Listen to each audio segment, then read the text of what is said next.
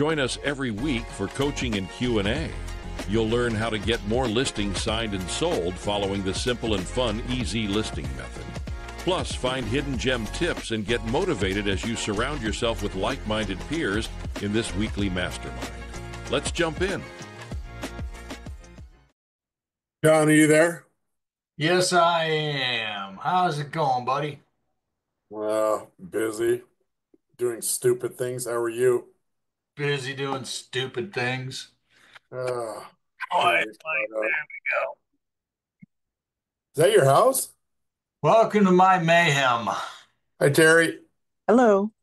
What can I do for you? I'm not sure. I got an email about the call. I don't think that I've been on the call before. I'm just trying to get acclimated to the community. Well, welcome. Who are you with? I'm with HomeSmart. Smart. In what state? I am in Denver, Colorado. Oh, you guys getting any snow yet? Oh my gosh. It had been snowing nonstop from like Wednesday through Saturday, so we got a ton of snow. We'll I keep it there just with got you. a I just got an email from Telluride, Colorado saying they've got a 14-inch base already. Yeah, we've received the equivalent of half of the year's snowfall just in these last couple days. So it's gonna Oh be a my. it's gonna be a heavy winter. Terry, are you in Colorado, did you say? Yes, I am.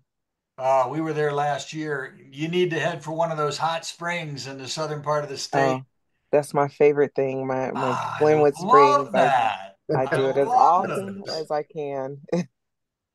Oh, that's funny. We will come back to Colorado just to go to the hot springs. Yes, I am a hot springs junkie. So, How hot are the waters? oh my gosh, I My don't want to go out. favorite was 109 degrees. Yeah, I was gonna say they range, from the 90s to like 100 and 104, 109 is where they top off, somewhere in that area. Hey, Marty, how's it going? You're muted. There. There we are. Where are you from, Marty? Washington State, Camino Island. Camino Island. How in the hell did you buy this program from Camino Island? I don't know. We we well, I'm in Cleveland right now, but we have a real estate business in Seattle. So we've actually sold a couple homes from Camino Island on the site. So that's why I was asking. So that's good. We have an agent there now. We're not going to need to do it ourselves anymore. So who on the call is actually practicing using this platform? Me.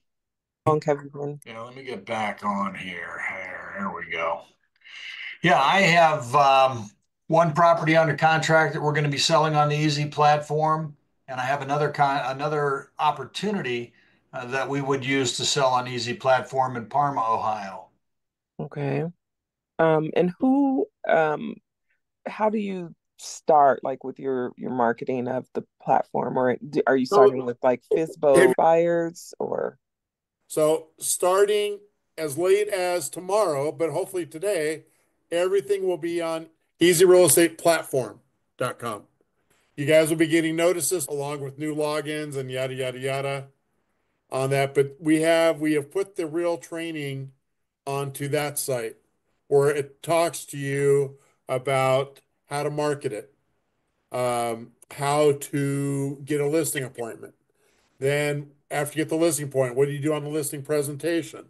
Then after the listing presentation, we go through the paperwork with you that you need to submit into that when you're doing the MLS and also the easy addendum. And then while the offer event's going on, it talks about your strategies, what to do. And we do part of my strategy has been doing an open house. And the idea of pricing the home is we want 100 buyers to come through that open house. Okay. So once we get 100 buyers come through the house, the sciences behind it say that 10% of those will make offers on the property. And then after that, we go through the closing. After the offer event's done, we go through the transition between the offer event and writing up the purchase sale agreement. And then we go from the purchase sale agreement to the closing. So all that stuff is on the site. It's in the easy to get certified portal, but nobody ever looks at the good old portal. So we have done this thing. So bear with us. It's just a day or two away, and it'll be all inclusive, and it's going to be a much better site. I would highly recommend you go through that training on there because it'll take you efficiency wise through the whole course. The one course that you did was the vanilla one.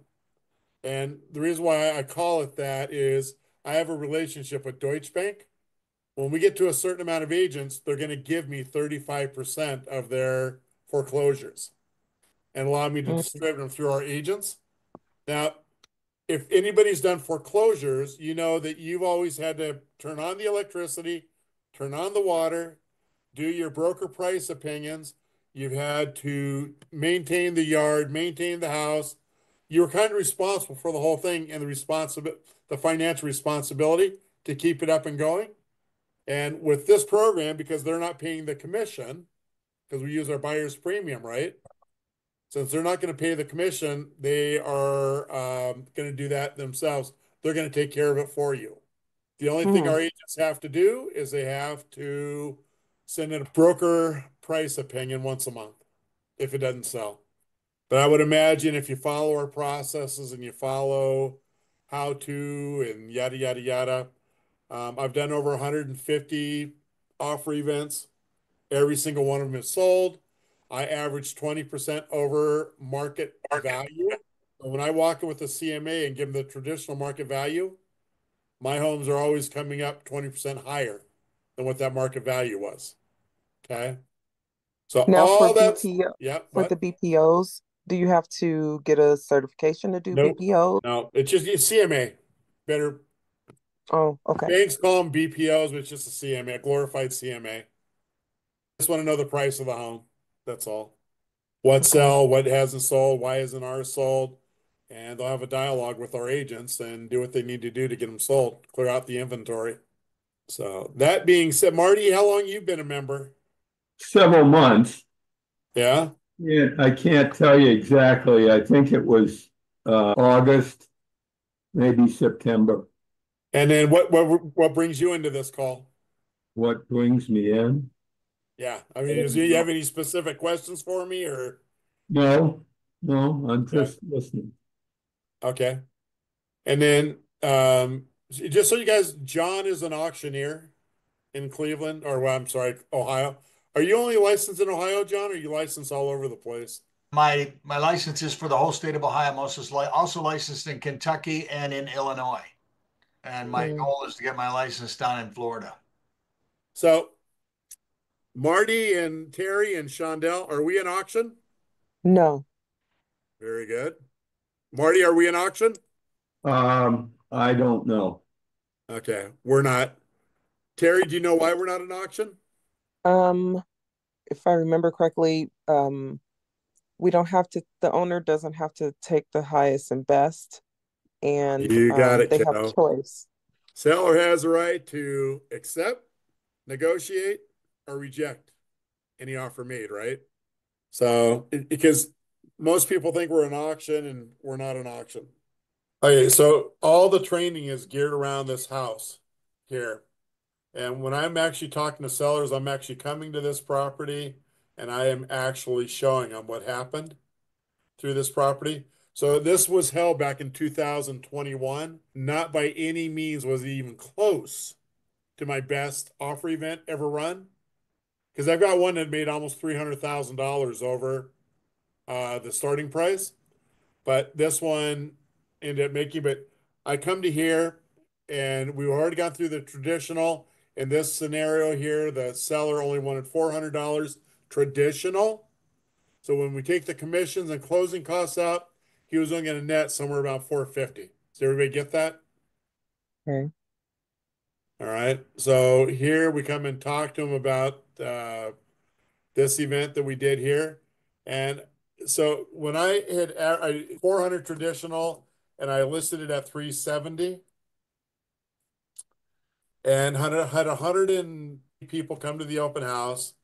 We ended up with 13 people getting pre-qualified on site. We had my objective in the open house is to get somebody to make an offer before they leave. So if you look at here, and when I talk to agents about making an offer, so it was starting offer would have been $370,000. I don't ever tell them, don't start with 370. The seller's not going to take it. That's way too far below market value. Even though you're paying the buyer's premium on top, don't put the 370 in. If you want some strategy, put in what your buyer is comfortable with, because the seller is watching this 724. And remember, the seller has the right to accept, negotiate, or reject any offer made. And I said, my sellers are watching this site 724, and you make a nice offer, they can call me up and say, pull it, stop the offer process, and take that one. Okay, so does that make sense to everybody so far? Does it, Terry, or Yeah, it does. Marty? Yes. I know John and Shondell, they're probably getting sick of hearing this, but so we talked about the strategy. So in the middle of the open house, Starlene, who is a real estate agent out in Enumclaw, is licensed with 3 Max, and her buyers loved the home. They registered on the site, and look at the first offer they made, from 370 to $410,000. Mm. What do you think happened with my sellers? They're excited. They're excited. Robert, stop the thing. Take that. That's already 10,000, and they're paying the commission on top of that. I've already made another 50,000. Take that thing. I want to get on to Florida. I want to get going with my life. I want to be done with this. It's like, Alan, relax. I'm still in the open house. You still have 100 people, and 13 people have been pre-qualified. You trust me, don't you? He goes, yeah, I trust you. But if I lose that offer, I'm going to come hunt you down. And it's just like, just relax. We'll get some more offers in. So you can see here now, this is the day before it's ending, 4/4. All of a sudden we started getting one. You notice Starlene Ward, she's putting one in. Now we're on the last day. The 5th is the day that it was due to shut down. So when I list a home, I generally put it on a Thursday. In this case, I actually ended it on Monday. So when I put a review date down the MLS that this is going to end Monday at 5 p.m. Pacific time. So Starlene's still in it. Now we're on the closing day. Look at Starlene. She's getting her buyers are getting nervous. Go from 414 to 422. Just, I want the home. And this Erin Holdis, I'm going to talk about her in a second. This is the only person out of 13 prequels that was a cash buyer. And we're going to talk about why she's important in a minute. So here we go again. We keep scrolling up. We got every time an offer comes in, the sellers' heads are exploding. And they're sending to me. I can't believe that this is like a blast.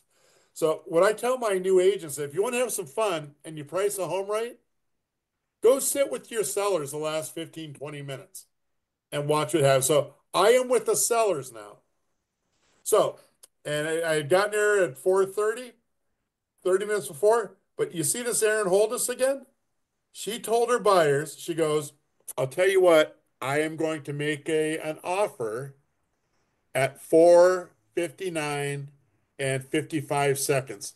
I'm going to steal this from everybody else. And her buyers are going, oh my God, that's so great, yada, yada, yada. Well, look what happens here. Did we have more bids come in? Yeah. Anybody want to take a guess why? Because of that 2-minute period that extends it. Exactly. So now we have bidding. Now all of a sudden the bidding is fast and ferocious. The rest of these bids, it took us 22 minutes to end. All these bids came in 22 minutes. Erin calls me up and say, Robert, there's a problem with the system. She goes, I made that last offer at 5 o'clock and it's still going. The thing's broke. You got to fix it. I told my buyers I was going to get it. And it's like, Erin, you didn't read that addendum very well, did you? I said, it extends 2 minutes in the last 2 minutes every time an offer is made. So here we are. We are done with the offer. Starlene made the last offer, and I believe it was at 5:22 exactly, because I remember Alan pointed at his watch. Wow, it went 22 minutes longer than 5 o'clock. That was fun. And this buyer happened to be very strong conventional. And the cool thing, so what do you think happens when you have an open house and you have 100 people that come in the open house? Do you think I have to worry about concessions at all? No. Okay. So she had told me all along, I am going to write the cleanest offer. We're going to waive the inspection. We have enough cash so if there's an appraisal deficiency, let's just get this thing up, get it. And these kids can close it in 20 days. So did my seller have to take this one? No. Because he could have taken Aaron's the cash one, right? Correct. But why on earth would you lose $40,000 over financing? So this offer event is done, right? Okay. Okay. So 451.5 is the one that the seller chose. What's it missing? Premium. Boy, Terry, we got to get you out there selling. Yeah. So now it just turns into, Terry, a normal real estate transaction. Okay. So here we are with the purchase sale agreement. And remember, I told you this is not by far the best offer event I've done. This is the only one where the sellers, buyer's brokerage allowed me to post this online for training purposes with names, numbers, and everything. This is an executed purchase sale agreement that closed in 20 days. Okay. So you see the 451.5. In this case, I had a 6% buyer's premium. All right. And so we're going to look at the buyer's premium here in a minute. Now it's just a normal real estate transaction. So they write it up. You notice everybody signed it down below. Pretty cool, huh? Now, is that the easy forms or is this on state? No, that was the MLS. So here's the only easy form you have to fill out, but it's changed, and I'll go into the new one here. But what I want you to recognize on this is it states how the 6% is paid to the real estate agents, the buyer's premium. So here's the sellers, here are the buyers, here's the selling office agent, and my name right here. So everybody signs the addendum, right? Okay. Has All right. that So form now been reduced to one what's form that? now? Has that form been reduced to one page now? No, it's 3 pages still because we have 3 options. Okay. So anyway, so now we go to the closing statement, right? So you see in here, we had a 6% buyer's premium. Remember, the Easy Real Estate platform gets 1%. And for all of you who think I don't pay it, here's proof. I pay it as well.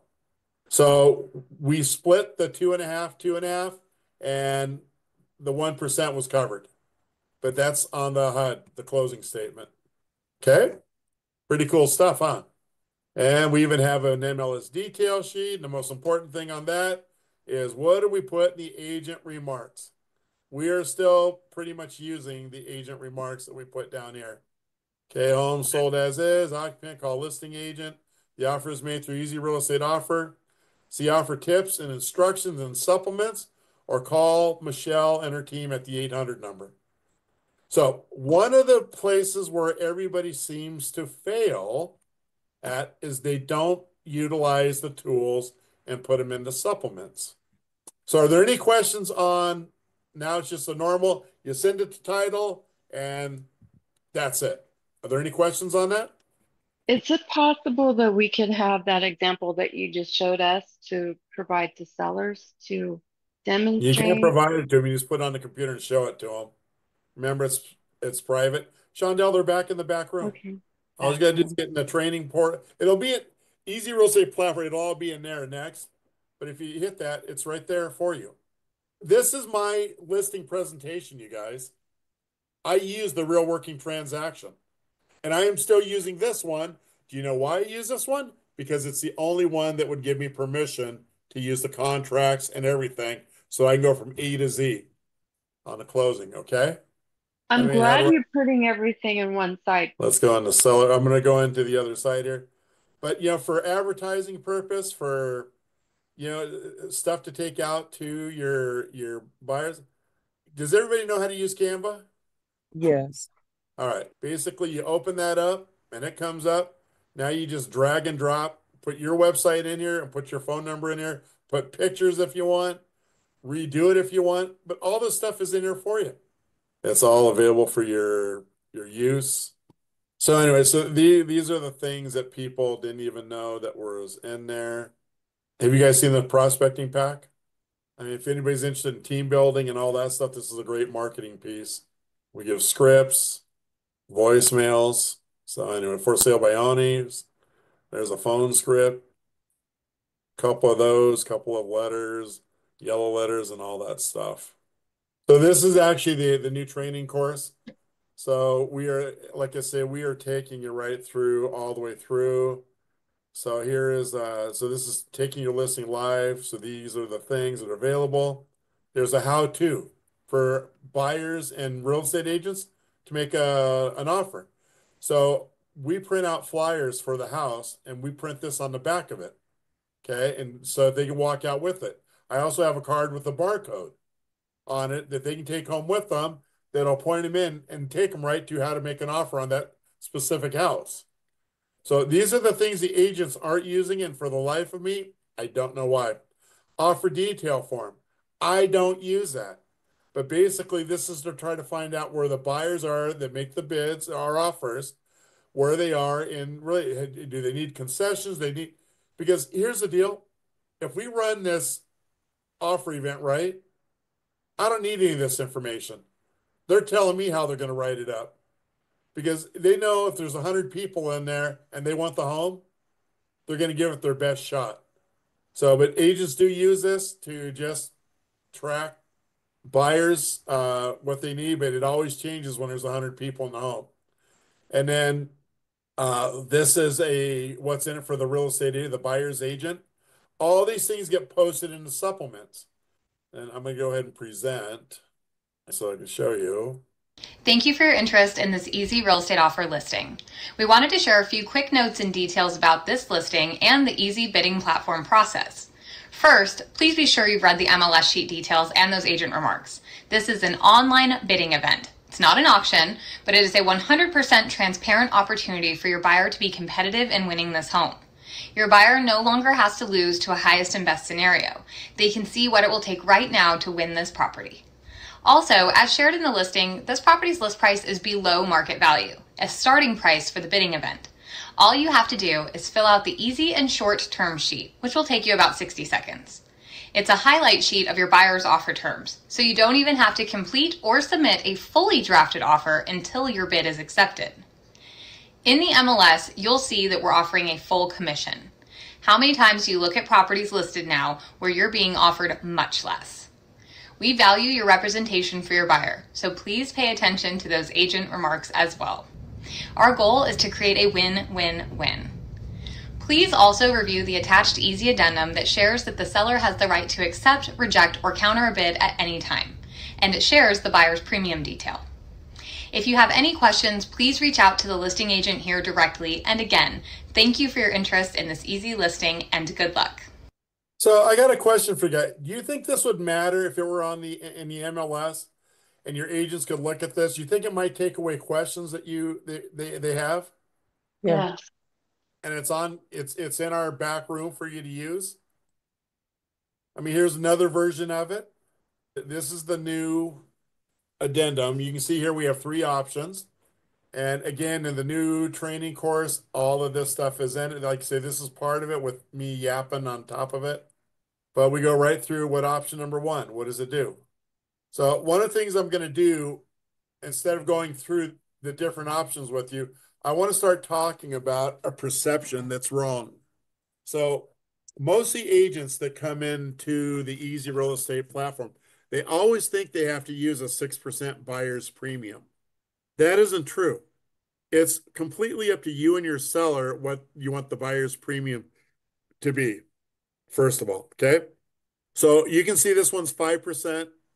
My wife likes us to pay the easy fee since we own the company. So we're the only knuckleheads that do that. When you saw the one that I did, it would have said the number one line was 5, it would have said 6. The second line would have been 2.5, and the third line would have been 2.5 as well. It's because the easy real estate platform is getting 1% of it. But we've got agents using 6, 7, and 8%, and I wanted to go over that with you. So we have an agent that will put a 6% buyer's premium and split it 3 and 3. His name is Quinn Greenlee. And what he does, he makes the seller pay the 1%. Okay. If the seller's paying the 1%, it doesn't need to be listed anywhere on the addendum, right? Okay. So, do we have to get the seller's permission for that? Well, if he's going to pay 1%, of course you do. Okay. Yep. So, other people like I did with 6%, I would put the buyer's premium is 6%, but 2.5, 2.5. That's the way I do it. So it's coming out of the buyer's premium. The 7%. So we've got Monty Moore in real estate in Nashville, Tennessee. He uses 7%. Why does he do that? He has 1% built in there for the buyer, 1% built in for the easy real estate platform, and then his would be 2.5, 2.5 on those bottom lines. That makes sense? Does that make sense to everybody? No, say that again, please. Yes. So the 2.5, 2.5 goes to each side, and then he is having the 1% be paid by the buyer as well. No, he's giving the buyer 1% of that 7%. He's also paying the easy real estate platform with another percent. That's leaving 5 left over to split with the 2 agents. So why does he give the buyer back 1%? Tell me. Because it's palatable. The buyers will not ask questions. If they're getting money back, it's like, oh, I understand. That's great. Okay. So another way, we have a guy named Donnie Bennett. He'll use an 8% buyer's premium on stuff. He will keep 6 of it and only pay 2 of it out. And he takes care of the easy real estate platform. The best I've heard him do is 6.5 to himself, 2.5 to the selling office agent, and then he had a seller kick in another 2.5%. So he was actually getting 11% commission on it. And it was a $300,000 home. He made like $30,000 or $28,000 on a $300,000 home. So I guess my point is that you decide how you want to. Oh, one more strategy on the 6%. So a lady in Ohio puts stuff on the platform and she'll tell her seller, hey, if I don't double side it, I need you to cover that 1%, the easy fee. And every home she's sold that she hasn't double sided, the seller has been more than willing to pay it. Another strategy that I use before my wife got involved, if I make you a certain amount of money, I want you to cover the 1% fee. And I've always made the amount of money over, like I said, we average 20% over market value. So the buyer's premium is completely negotiable, and your sellers, you guys can get your sellers to do whatever you want to do. Okay, so the 1% is that little clause that you have no more than $5,000, right? Yes. Yep. Okay. All right. Option number 2, if the seller says, I'll pay both. I'm going to pay the buyer and I'm going to pay the buyer's agent. I'm also going to pay a listing agent. Well, why would you put that on our site and pay the 1% on that? And my wife and I are the only ones that have done it. We've done it with 4 of them. We had made a deal with the seller. If we made a certain amount of money by making it transparent up in the Washington area, that they pay the 1% fee. So everybody knows, or everybody should know what transparency does. Part of the NAR settlement, half of it was transparency, the other half was disclosure. And we've had both of them the whole time. So that's the traditional. The third one is my favorite one. And basically, I predict that option number 2 is going to go away by the end of the year because this is the one that's going to take over. I don't even know that we'll need an option number 1 with all the buyer's premium. Sellers say, I will pay you, the listing agent, but I am not paying the buyer's agent. Hang on one sec, you guys. Sorry. Hey, I'm wrapping up training here. Can I give you a call in about 15 minutes? All right, bye. So seller says, I'm not going to pay the buyer's agent. So since the end here, somebody tell me, what do you have to, when you want to go show a home, what's the first thing the listing agent asks after the NAR, after August 17th?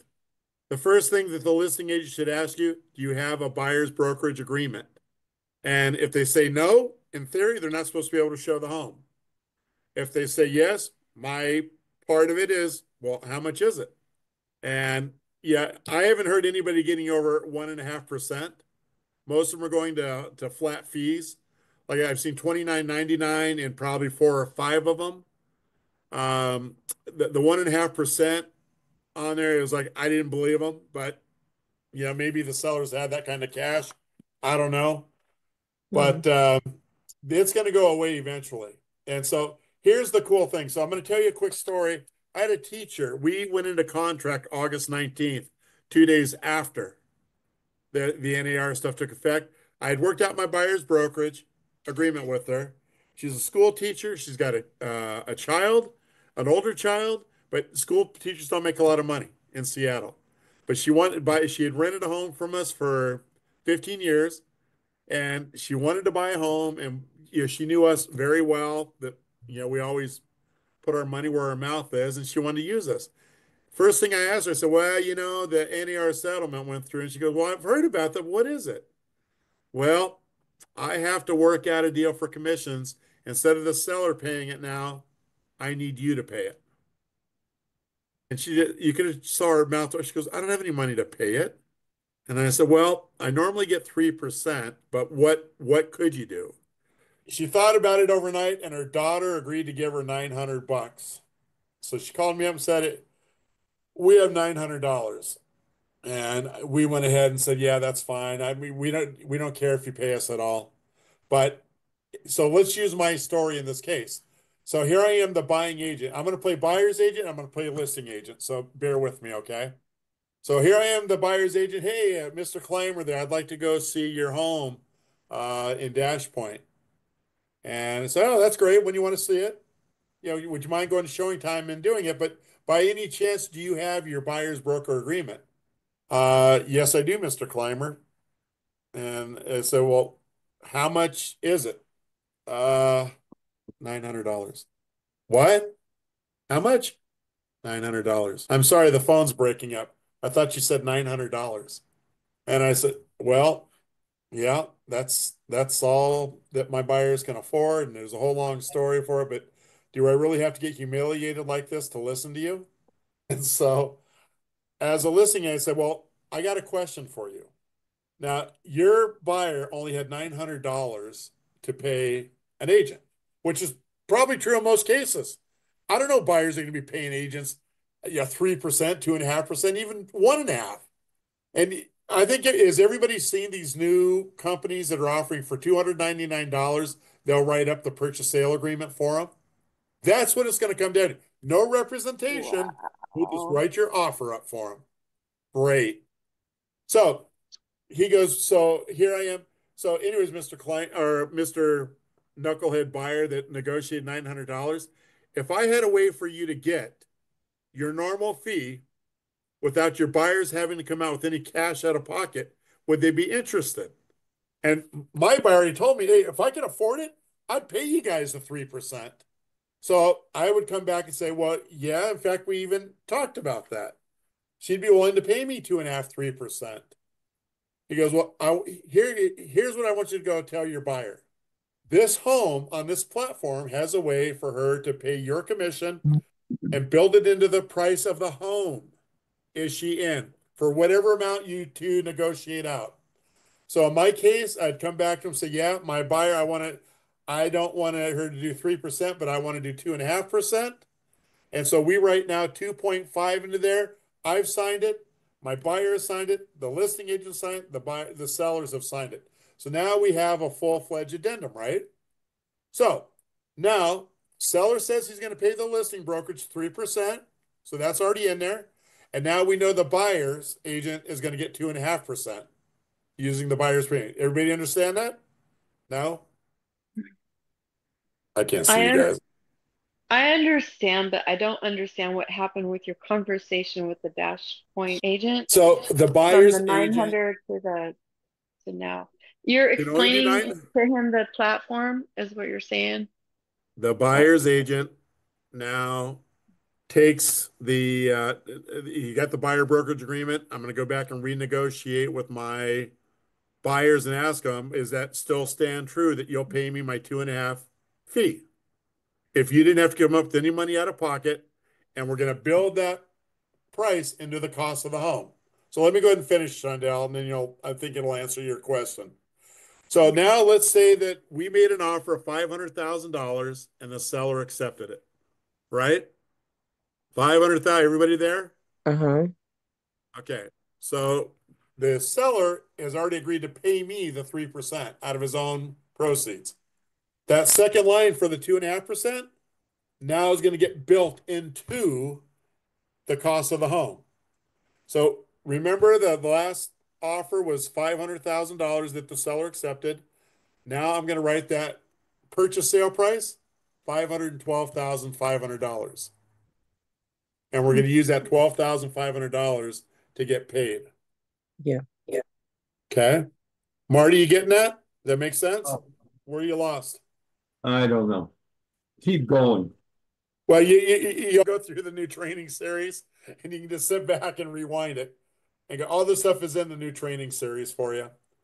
But the idea is instead of the buyer's agents only getting what a buyer can afford, this allows them. So in other words, I'm going to go back into the contract here again, and we're going to go through.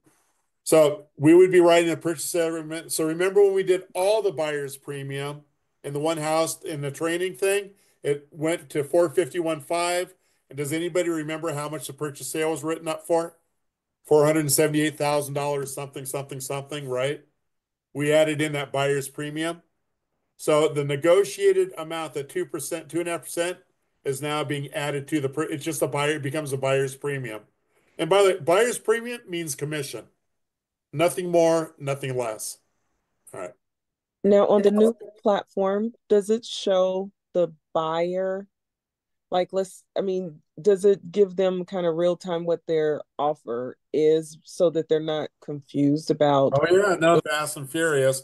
And not only that, everybody who's made an offer before that gets notified. Somebody's out offered you through an email and text. But does it give them their final amount that they need to write the offer up for? No, but in the training, you'll know how it works. Okay. And if you use our preferred title companies, they know how it works as well. That's a good question, Terry. All right, so here you see everybody signs the addendum. And now we go over here. So how in the heck do we get paid? All these disclosures are on the addendum. So here's a disclosure here. Here's a disclosure here. I'm sorry, 3 of them. Disclosure, disclosure, disclosure. Now we're going to go into what those 3 disclosures mean. Okay, so disclosure number 1 clarifies the buyer premium will be allocated to compensate the real estate agent. The additional compensation amount the itemized will go onto the seller side of the closing statement. Okay. Any questions on that? No. Number 2, both listing and selling brokers agree this addendum shall supersede any prior oral, written, or implied compensation agreements. So in my case of the teacher, I had a buyer's brokerage agreement for $900, right? Once my buyer signs this, that goes away. Now we're living inside of the terms. Now I'm getting 2.5% by using the buyer's premium. Does that make sense? Okay. And then the last one just says we're human beings and we understand what we're signing. I was just going to show you guys. How would you like, have you guys ever had this many people at your open house? Never. Would it be nice to have them there? Definitely. So this is the way my open houses look. Shonda, you recognize all these people? You should. Anyway, here's a sign down here that I used to carry inside of Starbucks. Basically told the seller, tired of paying commissions, I'll sell your home and not charge you a commission.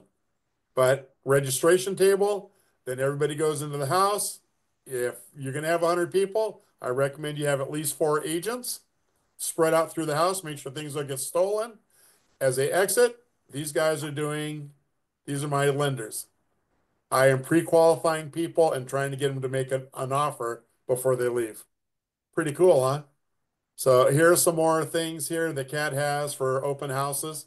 This is the card I use right here with my information and the how to make an offer event. So, I mean, all this stuff is made for you guys, and it's there at your fingertips and yada, yada, yada. So I know this was a lot of information and maybe a little fast forwarded, but you're starting to see the benefits. Yes, I am. Yeah. I really see them. I'm going to make me a lot using this thing. So it's not as hard. It's just leveraging. And by the way, does anybody know who was the first one to use buyer's premium? Foreclosures at No. banks. They don't pay a commission. They get a buyer's premium electron. Hey, John Froelich, what do you charge your people when you do auctions? What's your buyer's premium? Don't get scared. Come on. Okay. Anyway, it's a lot more money than we charge. So, all right, you guys. That's all I got for you. Was it worth coming on? Yes. So, anyways, appreciate you guys.